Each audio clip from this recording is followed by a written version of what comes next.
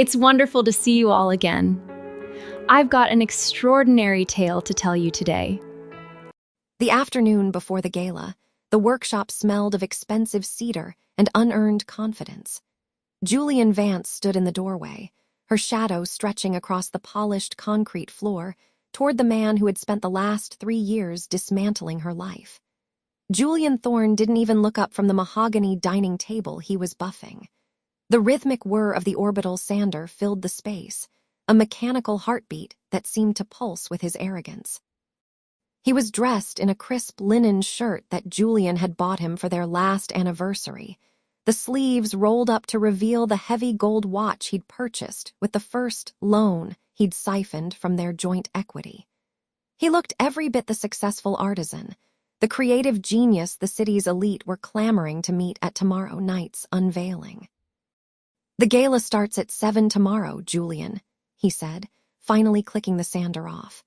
The silence that followed was heavy with the scent of lemon oil and betrayal.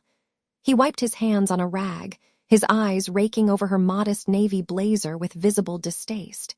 "In case you were planning on showing up to beg for another extension on the divorce papers, don't. Security has your photo. You aren't on the list for your own house anymore." Julian felt the familiar sting of his dismissal, but today it didn't burn. It felt like data. She watched as Claire Montgomery stepped out from the glass-walled office in the back, her heels clicking sharply against the floor. The sound was a rhythmic intrusion, a reminder of the woman who had been occupying Julian's bed and her life for months. Claire was draped in a silk wrap dress, but it was the necklace that caught the light, a string of South Sea pearls that had belonged to Julian's grandmother.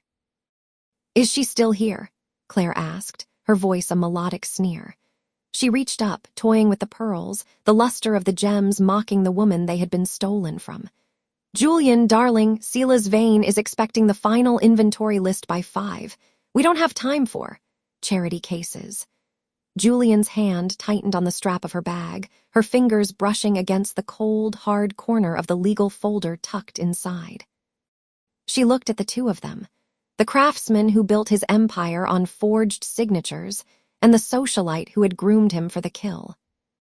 "I didn't come here to beg, Julian," Julian said, her voice remarkably steady. She stepped further into the room, her gaze moving to the massive oak doors leaning against the far wall. They were the centerpiece of his new collection, the ones Sela's Vane intended to commission for his entire resort chain. "I came to give you a warning. One final chance to be honest before the sun goes down on this lie." Julian laughed, a sharp, jagged sound that echoed off the high rafters. He walked toward her, stopping just inside her personal space. He smelled of wood shavings and expensive bourbon. "A warning from you? You're a compliance officer for a mid-tier firm, Julian.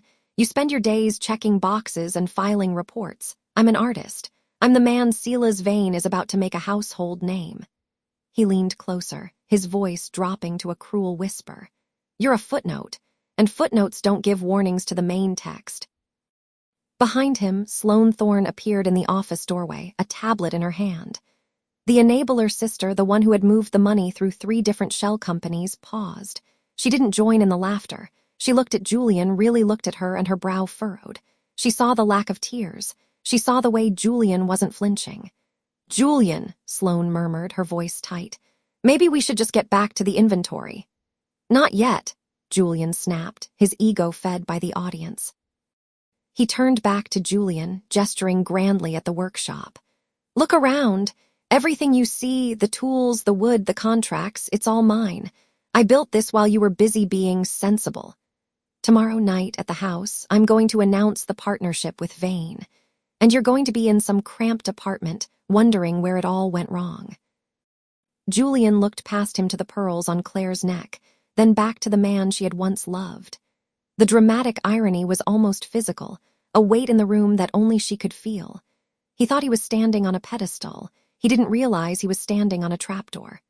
"Some things are harder to fix than a scratch in wood, Julian," she said softly. "Once the finish is stripped away, you're left with the rot underneath. Remember that tomorrow night when you're standing in front of Sela's." "Get out," Julian sneered, his face reddening as his patience finally snapped. "Before I have the shop boys toss you into the alley." Julian turned without another word. She walked out into the cooling afternoon air, the sound of Claire's mocking laughter following her to the sidewalk. She didn't look back. She pulled her phone from her pocket and hit the speed dial for Marcus Reed. "It's done," she said as soon as he picked up. "I gave him the chance. He chose the lie." "And the injunctions?" Marcus asked, his voice professional and cold. "Everything is ready," Julian replied, watching a delivery truck pull up to the workshop with a crate of champagne for tomorrow's celebration. "The board meeting is at 8, but the public reveal happens at 7:30. Make sure the process servers are in position by the catering entrance." She ended the call and looked up at the sky.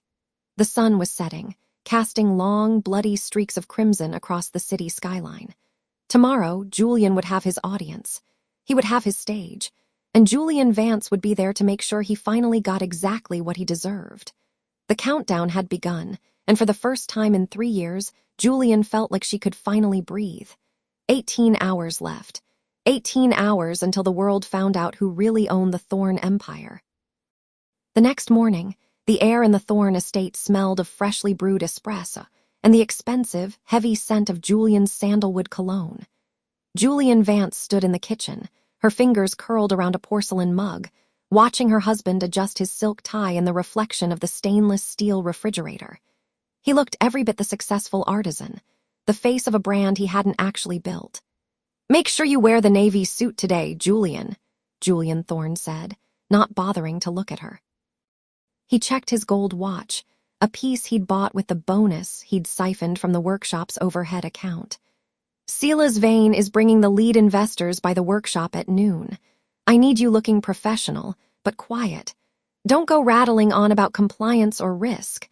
Just smile and look like the supportive wife of a genius. This deal is too big for you to complicate with your spreadsheets." The condescension was a familiar weight, a sharp jab intended to remind her of her place as the clerical help in his grand vision. Today, however, the insult didn't sting.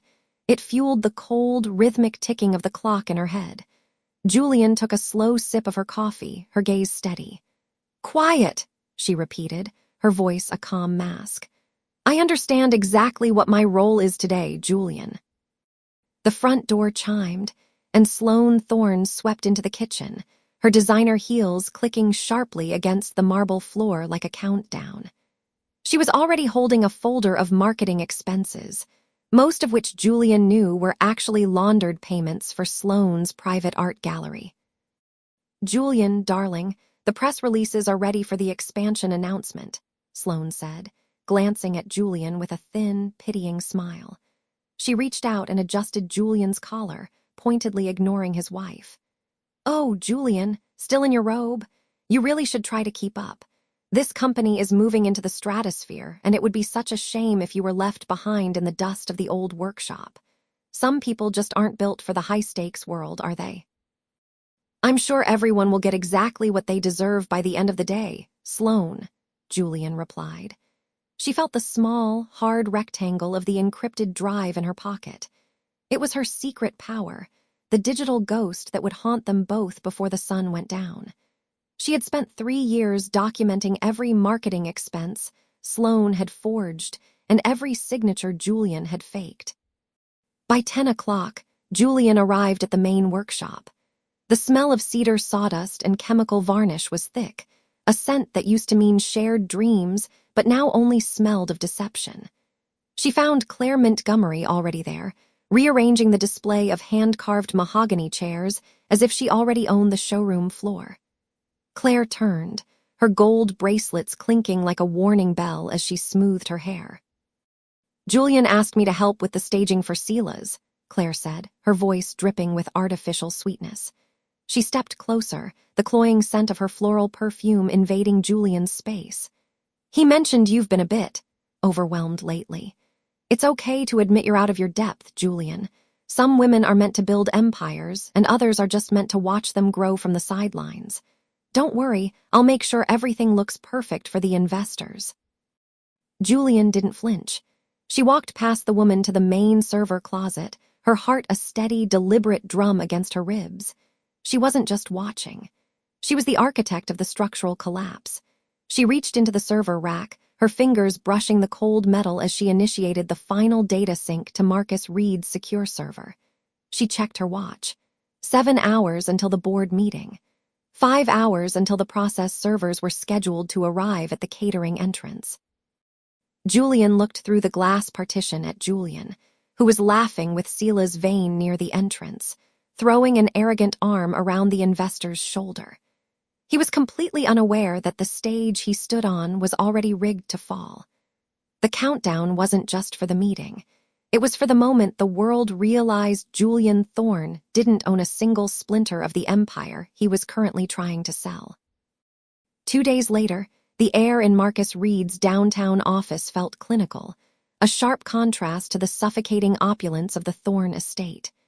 The scent of over-roasted espresso and old paper hung heavy in the room as Marcus slid a translucent folder across the mahogany desk. Inside lay the forensic report Julianne Vance had been waiting for, the definitive proof of her husband's betrayal. The signature on the $4 million loan application is a 99.8% match to a digital trace, Marcus said, his voice as dry as the documents he handled. He didn't even try to mimic your handwriting, Julian.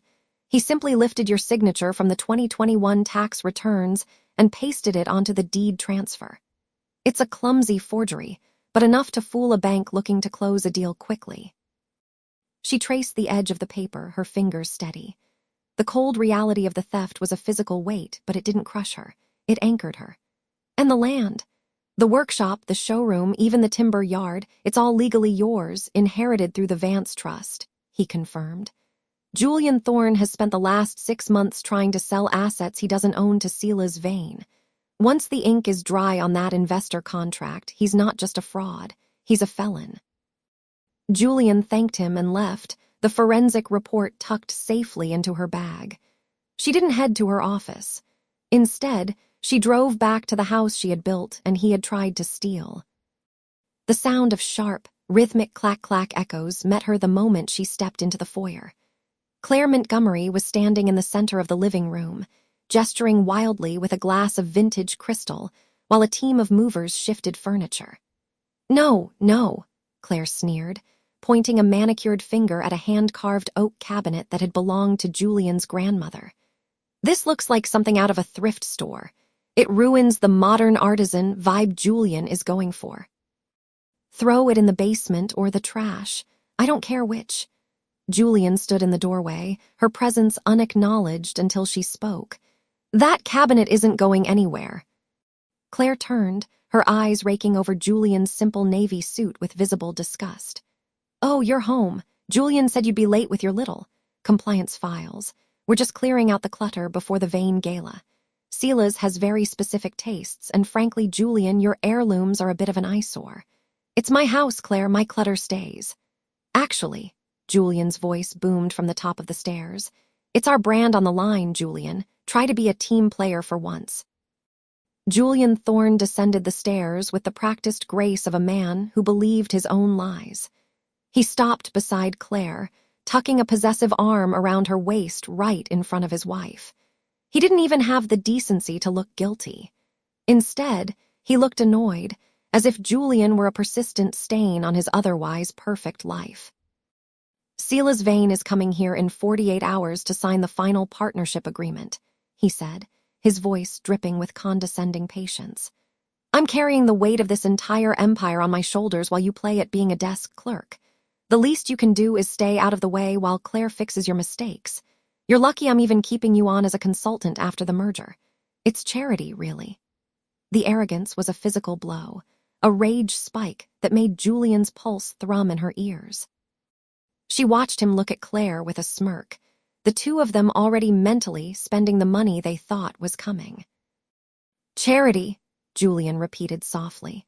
She reached into her bag, her hand brushing the scratchy wool of an old, oil-stained flannel shirt she'd pulled from the rag bin in the workshop earlier. Hidden deep in the lining of that discarded garment, which Julian had tossed aside as trash, was the original forged deed Marcus had recovered. Exactly, Julian said, turning his back on her to inspect a painting. You've always been dead weight, Julian. You don't have the vision for this level of success. Just stay quiet, look presentable at the gala, and let the adults handle the business. Sloane Thorne walked in then, checking her watch and looking at Julian with a thin, pitying smile. Don't take it personally, honey. Some people are just born to be the background. Julian is the star. We're just making sure the stage is set.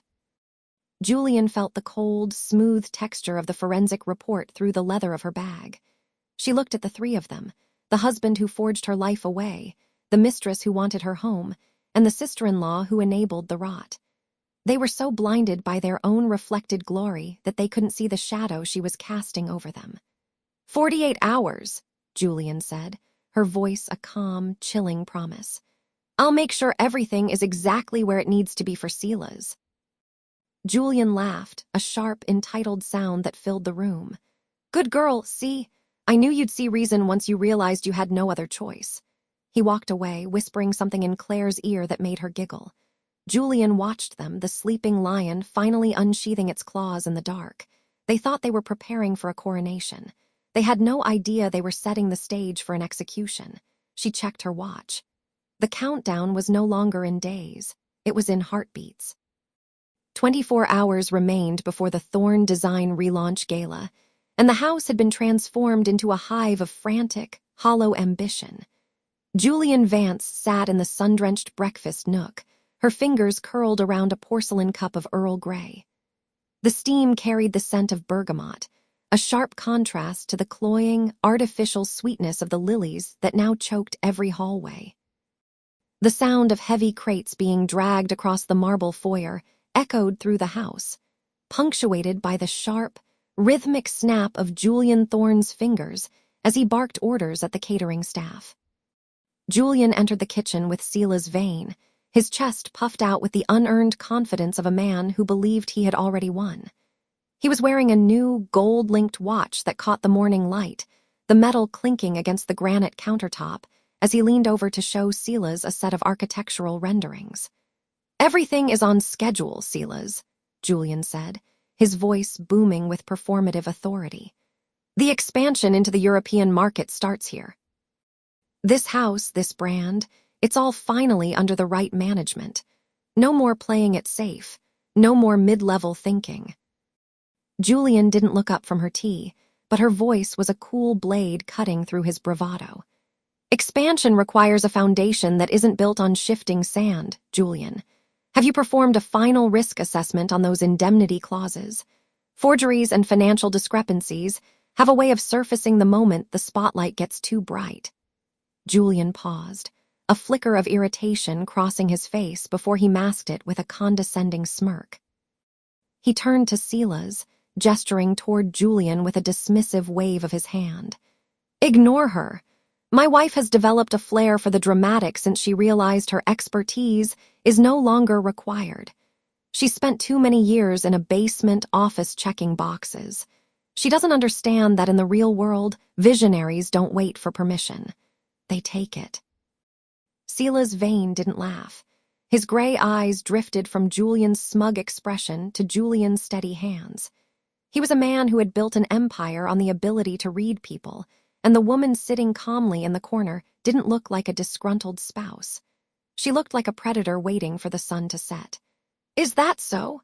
Sela's asked softly, his gaze lingering on a manila folder Julian had left on the table. Absolutely, Julian snapped, grabbing the folder without looking at its contents and tossing it into a nearby wastebasket. She's just trying to feel relevant. It's pathetic, really. The back door swung open, and Claire Montgomery swept in, draped in a shimmering silk wrap. Julian's pulse quickened, not with hurt, but with cold recognition. The wrap was an heirloom, a gift from Julian's mother that had been promised to Julian on their wedding day. Seeing it on Claire's shoulders was a deliberate, petty strike. The ballroom is ready, Julian, Claire said, her voice dripping with honeyed entitlement.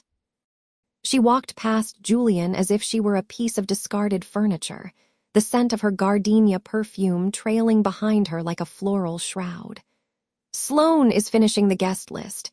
We've managed to filter out all the unnecessary elements. Sloane Thorne appeared in the doorway, a tablet in her hand and a sharp, hungry look in her eyes. She was already tallying the commissions from the fake contracts she had helped Julian forge. "The investors are confirmed. By this time tomorrow, the Thorne name will be untouchable." Julian stood up, her movements fluid and unhurried. She placed her cup in the sink, the ceramic clink sounding like the first toll of a funeral bell. She walked toward the door, stopping just long enough to look Julian directly in the eye. "I gave you a signal, Julian," she said, her voice barely a whisper, yet it seemed to fill the room. "You chose to ignore it. I hope you enjoy the gala. It's going to be a night that no one in this room will ever forget." Julian let out a sharp, jagged laugh. "You're right about that. Now, if you'll excuse us, we have an empire to run. Try not to trip on your way out." As they moved toward the ballroom, Sela's vein lagged behind for a fraction of a second. He reached into the wastebasket, his fingers brushing the edge of the folder Julian had discarded. He didn't open it yet, but he watched Julian walk away, her silhouette framed by the looming shadow of the house she still legally owned. Julian checked her watch as she stepped into the cool afternoon air. The countdown was no longer measured in hours. It was down to the final, inevitable ticks of a clock Julian didn't even know was running. The stage was set, the witnesses were gathered, and the lion was no longer sleeping. It was simply choosing its moment to strike. The evening of the Vane Gala arrived with a chilling, clinical precision. The glass tower loomed over the city like a monolith of steel and unearned ego, its peak disappearing into the low-hanging clouds. Inside, the air was thick with the cloying scent of thousands of white lilies and the sharp, metallic tang of expensive champagne. Every surface was polished to a mirror finish, reflecting the glittering elite of the city back at themselves in a distorted, golden hue. Julianne Vance stood at the edge of the mezzanine, her fingers lightly brushing the cold marble railing. She wasn't wearing the modest, sensible clothes Julian had mocked for years. Tonight, she was draped in midnight silk that moved like water, a single strand of heirloom pearls at her throat that cost more than Julian's entire workshop. She felt the weight of the digital tablet in her clutch, a silent weapon waiting for its moment to strike. Below her, the ballroom was a sea of designer labels and forced laughter, but her eyes were locked on only one person. Julian Thorne was at the center of the room, holding court near the fountain. He looked every bit the successful artisan, dressed in a bespoke tuxedo that Julian knew had been paid for with the funds he'd siphoned from her personal savings. He was laughing, his head thrown back with that loud, entitled bray that used to make her feel small. Now, it just sounded like the desperate noise of a man who didn't realize the floor was about to vanish beneath him.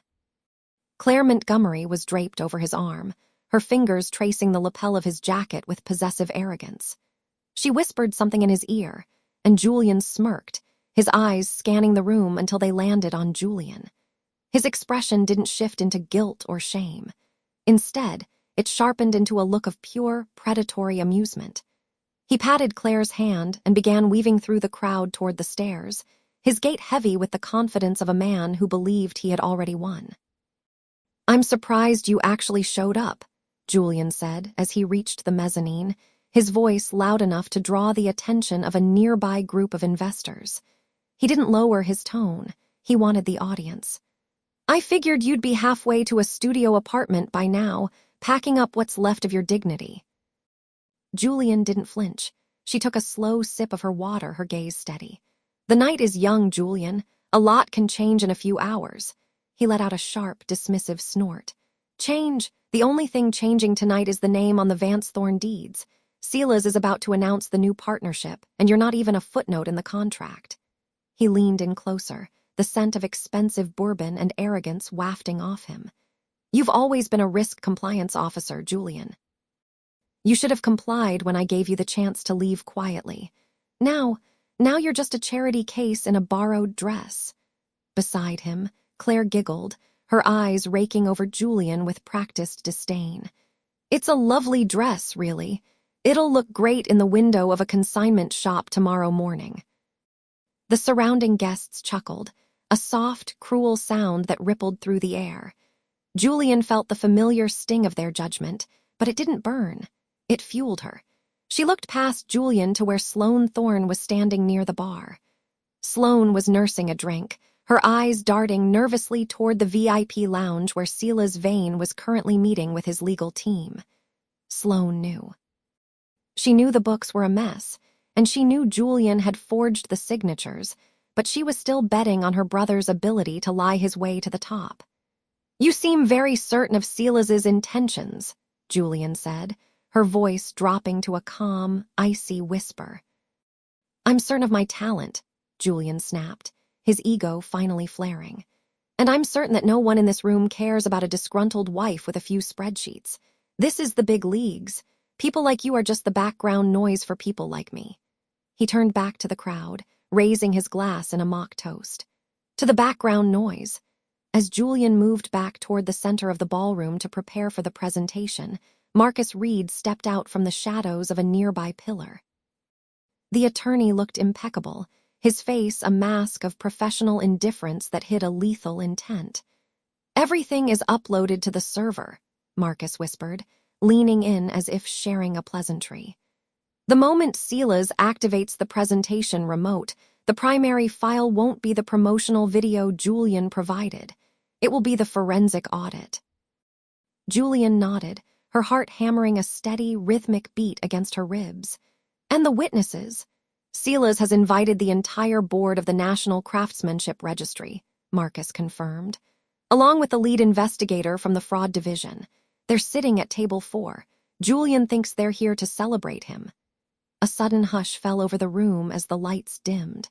A spotlight hit the main stage, where a massive high-definition screen stood ready. Silas Vane stepped onto the platform, his presence commanding immediate silence. He looked toward the mezzanine, his eyes meeting Julian's for a fraction of a second. There was no warmth in his gaze, only the cold, hard expectation of a man who hated being lied to. Julian adjusted his cuffs and stepped toward the edge of the stage, ready to be called up. He looked back at Julian one last time, mouthing the words, "Watch me." The countdown clock on the screen began to tick. 10 seconds, 9, 8. Julian reached into her clutch and felt the cold glass of her phone. She sent a single text to Silas. "The lion is awake." Silas reached for the remote on the podium. He didn't look at the promotional materials Julian had spent weeks perfecting. He looked at the audience, his voice booming through the sound system. "Tonight," Silas began, "we aren't just celebrating a partnership. We are celebrating the truth behind the Thorne Empire." Julian's smile widened, his chest puffing out as he prepared to take the stage. He didn't notice the way the security guards were quietly moving to flank the exits. He didn't notice the way Marcus Reed was already opening a fresh legal folder. He only saw the spotlight. Julian gripped the railing, her knuckles white. The clock hit 0. The screen flickered, but instead of the sweeping shots of Julian's furniture, a giant, high-resolution scan of a forged signature filled the room, followed by a red-lettered heading, "Internal Fraud Report, Project Phoenix." The room went deathly silent. Julian's smile didn't just fade, it froze, a grotesque mask of confusion as he stared at the screen. He turned to look at Silas, then back at the crowd, his breath hitching in the sudden, suffocating quiet. Julian leaned forward, her voice a mere breath in the dark. "Watch this, Julian." Julian watched from the shadows of the mezzanine, her fingers curled tightly around the cold marble of the railing. The silence in the ballroom was absolute, a suffocating weight that pressed down on the 300 guests. On stage, Julian stood paralyzed, the harsh blue light from the projector casting long, distorted shadows behind him. The forged signature, her name, written in his clumsy, arrogant hand, was 10 feet tall, glowing like a neon sign of his betrayal. "There." "There must be a mistake," Julian stammered, his voice cracking through the high-fidelity speakers. He looked toward the wings, his eyes searching frantically for a technician to blame, but the security team Silas Vane had positioned at the exits remained motionless. Julian began her descent. The silk of her dress rustled against the stairs, a soft, rhythmic sound that felt like a countdown in the quiet room. She stepped into the pool of light at the base of the stage, the scent of the expensive lilies decorating the podium hitting her with a cloying, funeral-like intensity. Julian's eyes found her, and for a fleeting second, the old habit of dominance flickered in his gaze. "Julian, tell them," he hissed, leaning over the podium until the microphone picked up his desperate whisper. "Tell them this is some kind of sick joke. You're embarrassing us in front of the board." The sheer audacity of his demand, even at the edge of the abyss, sent a cold thrill through her. He still thought he could command her. He still believed his voice held the power to rewrite the truth. Silas Vane didn't wait for her to speak. He stepped forward from the front row, his face a mask of cold, aristocratic fury. "The audit is already complete, Julian. Marcus Reed provided the original filings to my legal team an hour ago." Marcus Reed stepped out from the shadows beside Julian, holding a thick, leather-bound folder. He didn't look at Julian. He looked at the investors. "Every contract signed under the Thorne name in the last 18 months is legally compromised. The funding was obtained through systemic criminal misrepresentation." Julian's face underwent a transformation that Julian would remember for the rest of her life. The mask of the successful, self-made entrepreneur didn't just slip. It shattered into 1,000 jagged pieces. His eyes, usually so sharp and calculating, widened until the whites showed all the way around, darting frantically from side to side like a trapped animal looking for a hole that didn't exist. The confident, bronzed color of his cheeks vanished, replaced by a mottled, sickly gray that made him look 20 years older in an instant. His mouth fell open, his lower lip trembling uncontrollably as he tried to form words that simply wouldn't come. A single, heavy drop of sweat rolled down his temple, carving a visible path through his expensive stage foundation. He looked small. He looked hollow. The man who had spent years making her feel invisible was suddenly the most exposed person in the room. Sloane Thorne stood up in the third row, her face pale and her hand clutching her pearls. "Julian, what is he talking about?" She wasn't asking out of sisterly concern. She was checking the wind, her eyes already darting toward the exits. When her brother didn't answer, she stepped back, her designer heels clicking sharply as she physically distanced herself from the blast zone. Claire Montgomery was even faster. She stood, smoothing her dress with a trembling hand, and whispered something to the person next to her before slipping toward the back of the hall. She didn't look back at the man she had been trying to secure for his empire. The empire was already ash. "You forged my life to build a lie, Julian," Julian said, her voice steady and clear, amplified by the microphone he was still clutching with white-knuckled desperation. "You thought I was the silent partner in our marriage.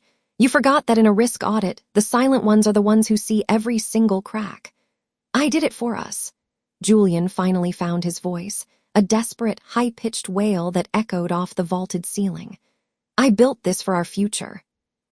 "There is no us," she replied, her voice dropping to a level that somehow carried further than his shout. "There is only the debt you owe, and I've come to collect." She turned to Silas Vane and nodded once. The lead investor turned his back on the stage, a signal that the Thorne era was officially over. Julian didn't wait for the police to arrive.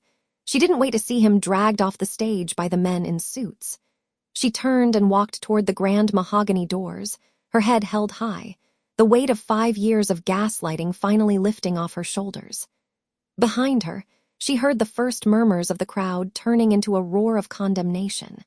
She reached the foyer, where Marcus Reed caught up to her, his expression one of grim professional satisfaction. "The freeze on the accounts is active," he said, opening the door to the crisp night air. "He has nothing left." "He never had anything," Julian said, looking out at the city lights. "He was just using my ink." The ringing silence inside the ballroom lasted only as long as it took for Julian Thorne to realize the cameras were still recording. The next 30 seconds were a frantic, ugly blur of a man trying to outrun a landslide. He lunged toward the stage podium, his hands trembling so violently, he nearly knocked the microphone stand into the front row of investors. Julian's face, was no longer the mask of tanned, polished perfection it had been an hour ago. The color had fled entirely, leaving behind a sickly, grayish pallor that made the sweat beads on his forehead stand out like grease on cold stone. His eyes, usually sharp with a calculated, predatory arrogance, were now darting wildly, blown wide and bloodshot, as if searching for a hidden exit in the air itself. His mouth hung open in a jagged, silent O, his lower lip trembling with a rhythmic, uncontrollable twitch that betrayed the total collapse of his composure. Every muscle in his jaw had gone slack, making his face look melted and unrecognizable from the man who had spent the evening gloating over his supposed empire. He looked less like a CEO and more like a cornered animal, realizing the cage was electrified. "It's a fabrication," Julian screamed, his voice cracking into a high, thin register that echoed painfully against the marble walls.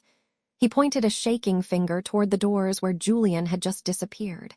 "She's unstable. She's been planning this since the divorce papers were served. Sela's, you can't honestly believe a risk officer over me."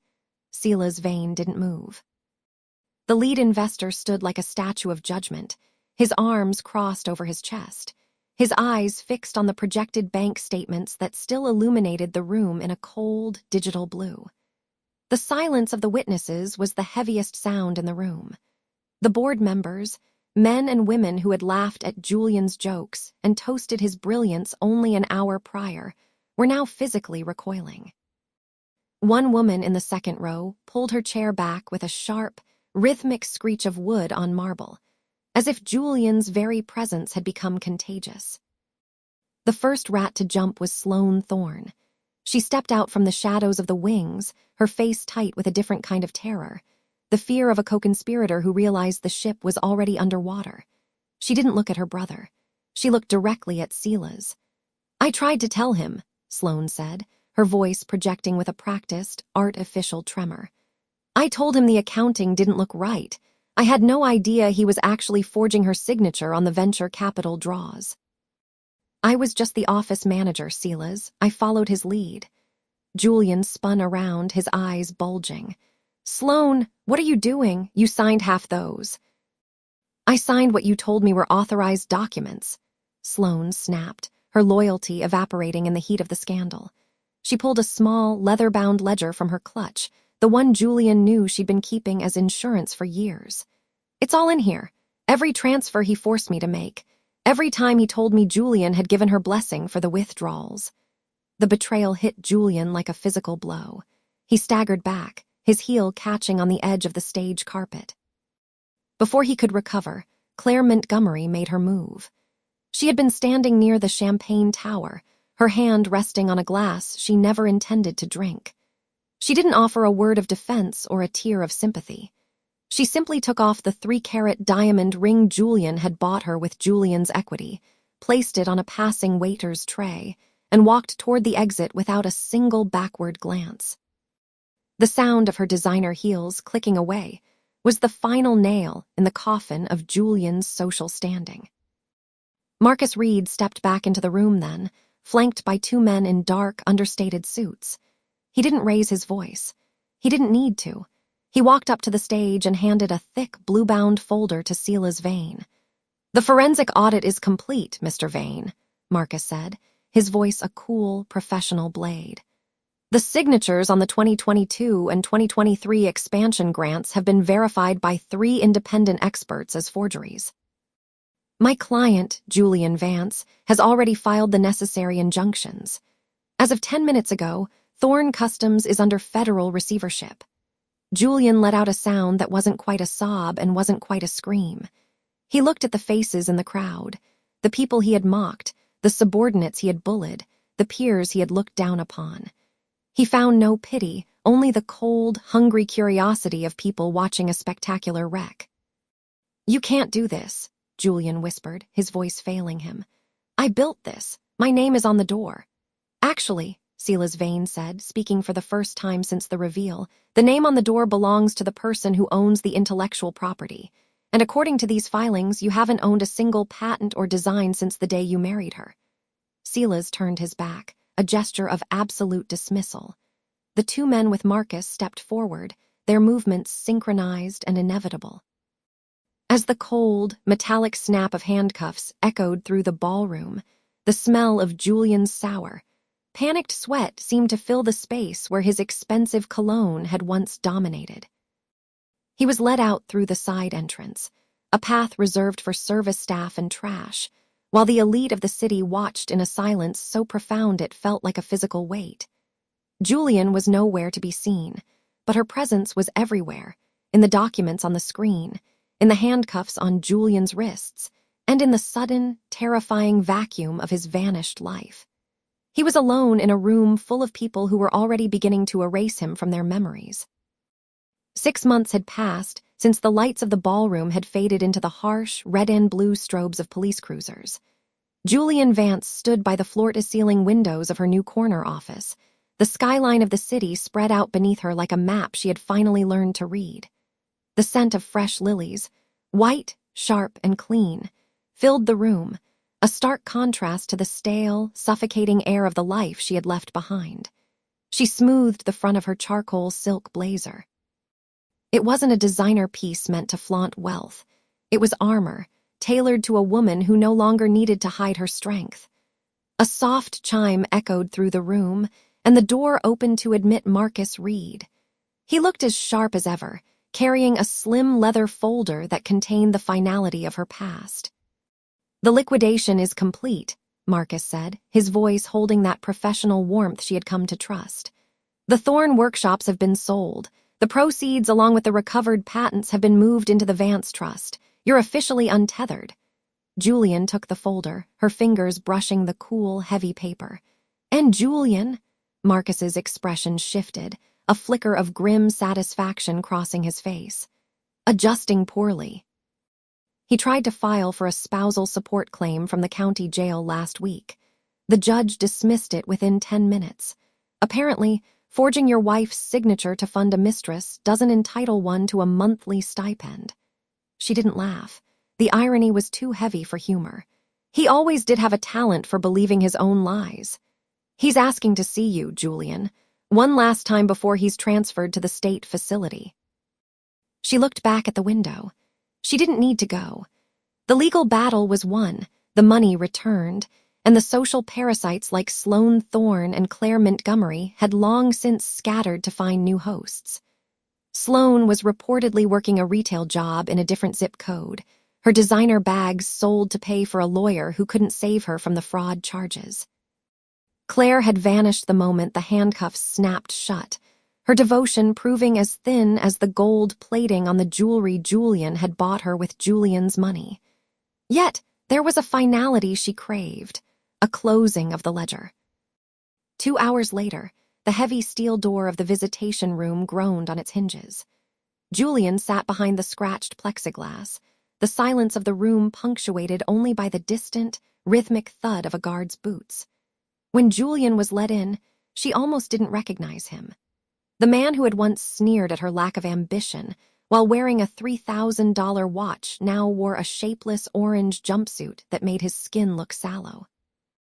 His hair, once perfectly coiffed, was buzzed short, revealing the frantic pulse in his temple.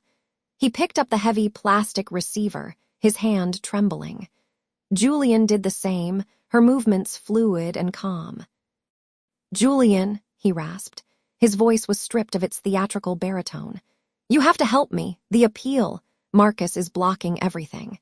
If you just tell them you gave me permission to sign those papers, I can get out of here. We can fix this." The audacity was almost impressive.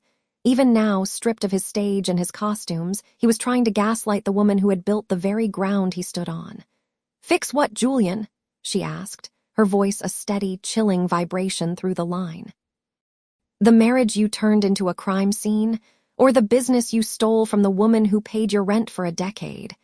I made those designs," he hissed, leaning closer until his breath fogged the glass.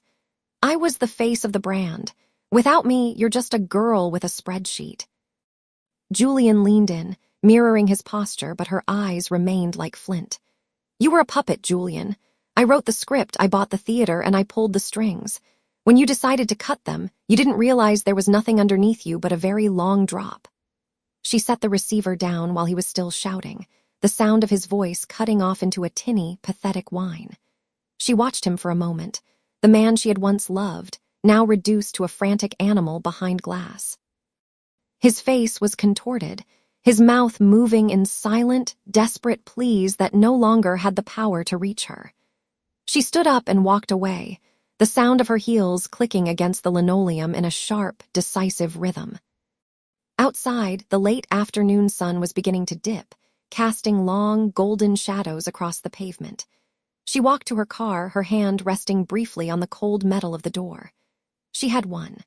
The house was hers, the patents were hers, and her name was clean.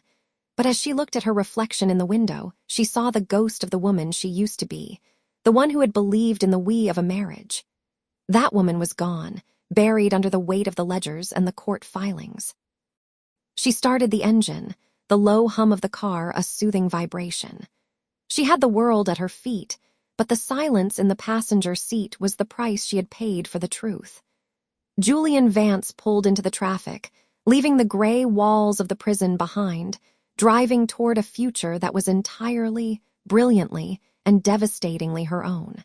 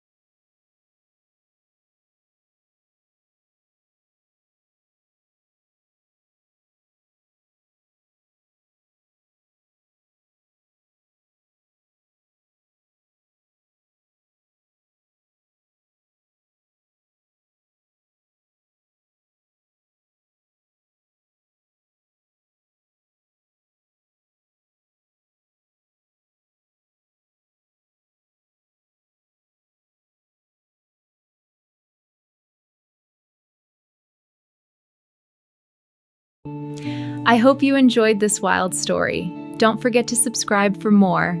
See you in the next one.